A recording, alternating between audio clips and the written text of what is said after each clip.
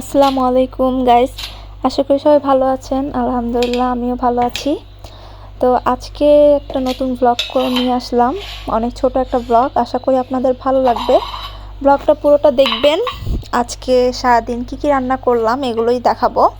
তো আজকে রান্না করব মিষ্টি কুমড়া দিয়ে গরুর মাংস এবং বেগুন আলু দিয়ে শুটকি। তো মিষ্টি কুমড়া দিয়ে গরুর মাংস কার কার ভালো লাগে কমেন্ট করে জানাবেন। তো এখন রান্নার আগে কোটা বাছাগুলো করে নিচ্ছি।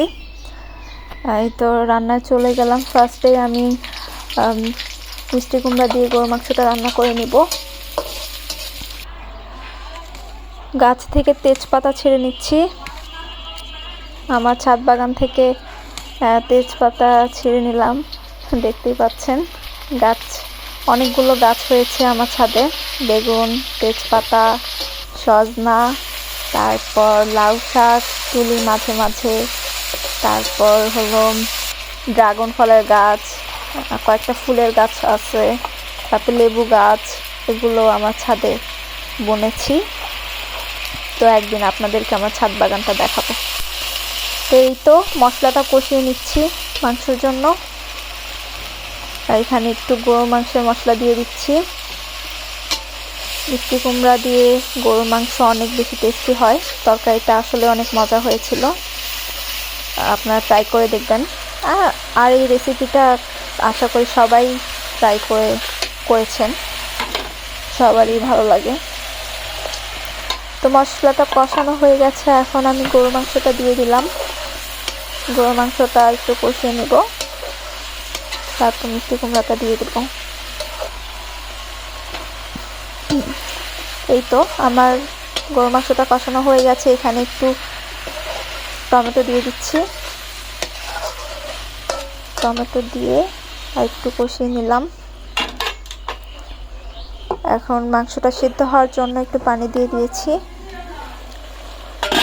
এখন ঢাকনা দিয়ে ঢেকে এটা রান্না করে নিব।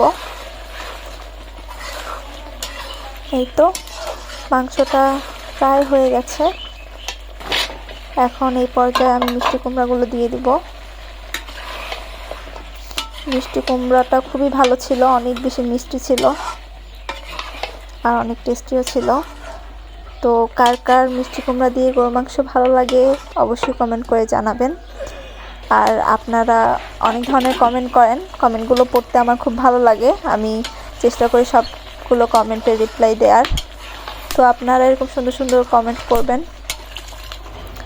এই তো মিষ্টি কুমড়াটাও কষানো হয়ে গেল, এখন একটু পানি দিয়ে দিলাম। মিষ্টি কুমড়া তো সেদ্ধ হতে বেশি সময় লাগে না, তাই অল্প পরিমাণ পানি দিয়ে দিলাম গ্রেভির জন্য। এই তো আমার গরুর মাংস দিয়ে মিষ্টি কুমড়া রান্না হয়ে গেছে। এখন আমি একটা পাত্রে ঢেলে নিচ্ছি। তো এখন আমি রান্না করব শুটকি, বেগুন আলু দিয়ে শুটকি। আর বেগুনটা কিন্তু আমার গাছের, আমার ছাদ বাগান থেকে আমি বেগুন তুলেছি, সেই বেগুন দিয়ে আলু দিয়ে শুটকি রান্না করব। আর এই শুটকিটা আপনাদের কার কার ভালো লাগে জানাবেন। তো এখন মশলাগুলো সব কিছু একটু একটু করে দিয়ে কষিয়ে নিচ্ছি।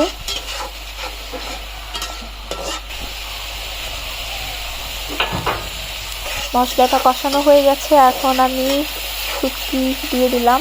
এখানে লোটা শুটকি নিয়েছি। এই পর্যায়ে আমি বেগুন আর আলুগুলো দিয়ে দিলাম। এখন ভালোভাবে নেড়ে চেড়ে নেব।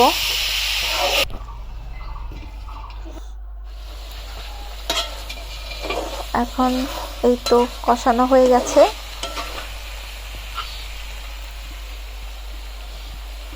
এই পর্যায়ে আমি ধনেপাতা দিয়ে দিব।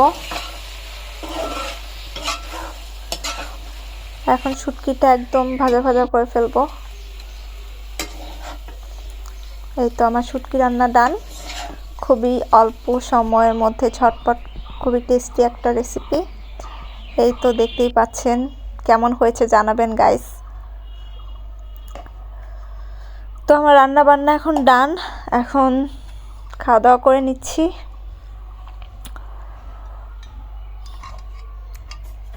গাইস, আমার ভিডিওটা কেমন লেগেছে অবশ্যই কমেন্ট করে জানাবেন।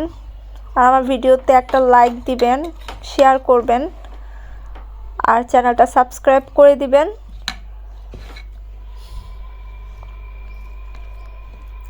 সবাই অনেক বেশি ভালো থাকবেন, সুস্থ থাকবেন। আল্লাহ হাফেজ।